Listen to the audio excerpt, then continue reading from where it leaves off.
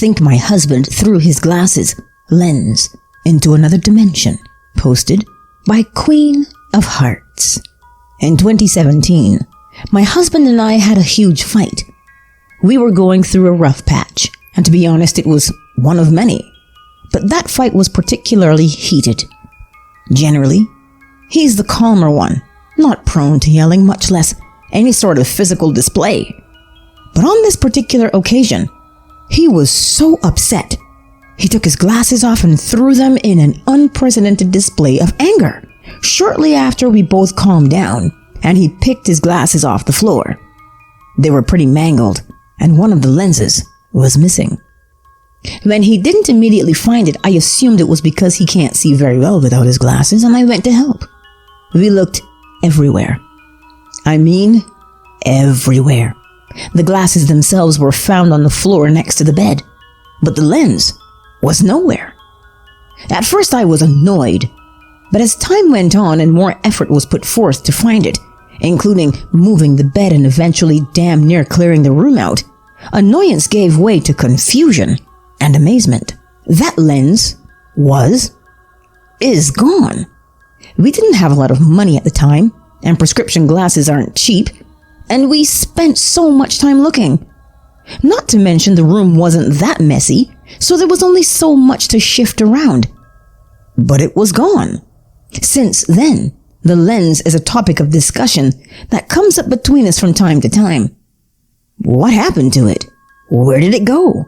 Was he so emotional that he ripped a hole into another dimension and threw his glass lens into it? For the rest of my life, I'll wonder. Has anyone ever heard of such a thing happening? Maybe because of the emotional energy involved? My friends disappeared into another dimension. Retold. Posted by Adrenaline Vibes. If this sounds familiar, I shared my story on this subreddit a few years ago through a throwaway account. I and my friends have recently been talking about this and getting their perspectives. I was told I should repost here with some new information and details to add. I'd like to disclose, only one of us had a working phone, so call or text wasn't possible. 5 years ago now, in 2015, while I and my friends were in our early teens, I hosted an annual Halloween get-together at my grandparents' house the day before the 31st, with a few close friends. Nothing unusual. Snacks, movies, and games. No drugs or alcohol. Since my grandparents live around a quiet circle just outside town, we would take night walks around before the hours 11 p.m. through 3 a.m. just to walk and talk. For a better idea of the layout of the circle, it is a one-way entrance and exit neighborhood, about a quarter mile around, a 10-15 minute walk at most, built on a hill with two flat stretches of the road, one on top of the hill and one on the bottom of the hill. For privacy again, I'll be using my friend's initials, A, E, Z. It was around 12 a.m. on our second loop around the circle. Me and A had grouped up while E and Z grouped up having our conversations. I and A got a little ahead of E and Z, lost in our conversation. I'd say only around 20 feet. We stopped when suddenly we could no longer hear them behind us. We waited for them to turn the corner at the top of one side for about 5 to 10 minutes, I'd say, before changing directions uphill to go look for them. Once on top of the hill, we looked down the flat stretch of road and couldn't see them. Thinking they had changed directions or had stopped further back than expected, we circled back the other way. We don't remember exactly how many times we stopped or looped the circle, but somewhere in the area of 4 loops, stopping periodically for 10 to 15 minutes to wait and changing directions once or twice. I and A started getting concerned and decided they probably went back inside the house, so we headed back inside to no avail. We sat and watched out the window for around half an hour, hoping we'd see them pass. I remember feeling sheer panic, thinking I would have to wake my grandparents and explain how 2 teenage girls have been missing for almost 2 hours at this point. A wanted me to consider waking them up or even possibly calling the police, assuming the worst. Around 1:30 a.m., now I thought they might have left the circle. We decided we'd go out and look for them once more before waking my grandparents. We walked to the entrance to the circle and yelled for them without an answer. Right when we went to loop the circle again, we saw their light coming around the circle from the other side. We ran to them and asked what happened and where they went. They seemed confused and said they had only been separated from us for a top 30 to 45 minutes. We looked at the phone and it was 2:10 a.m. We made our way back to the house and passed out shortly after. I and A just felt an overwhelming sense of relief and could only correct the fact they had been gone for over 2 hours. For a while we thought E and Z had just pulled a prank on us and hid somewhere in someone's lawn.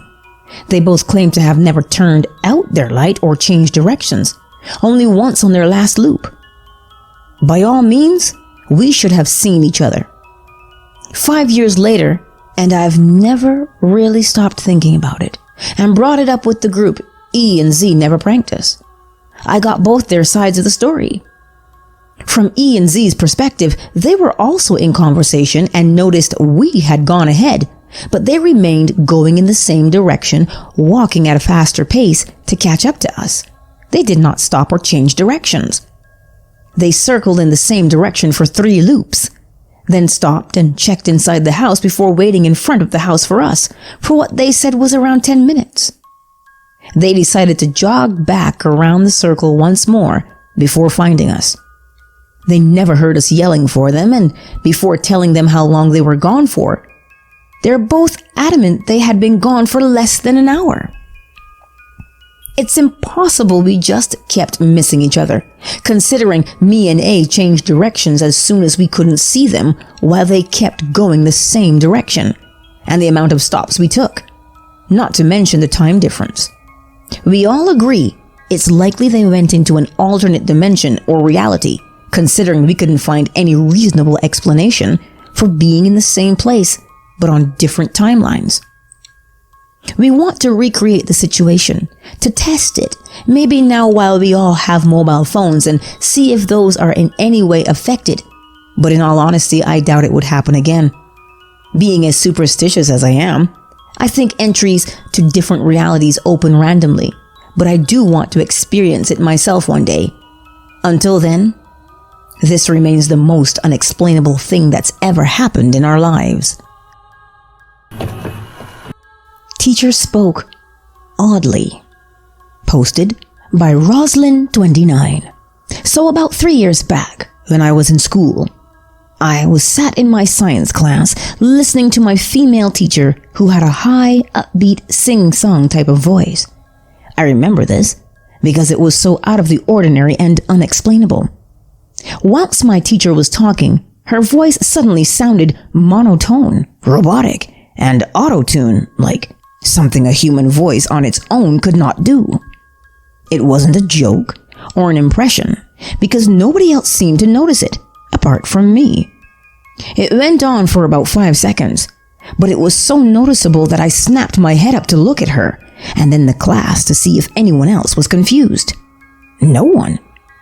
I asked my friends next to me if they had heard that, and none of them had. They just frowned at me. But about 10 minutes later, it happened again, only for about 2 seconds.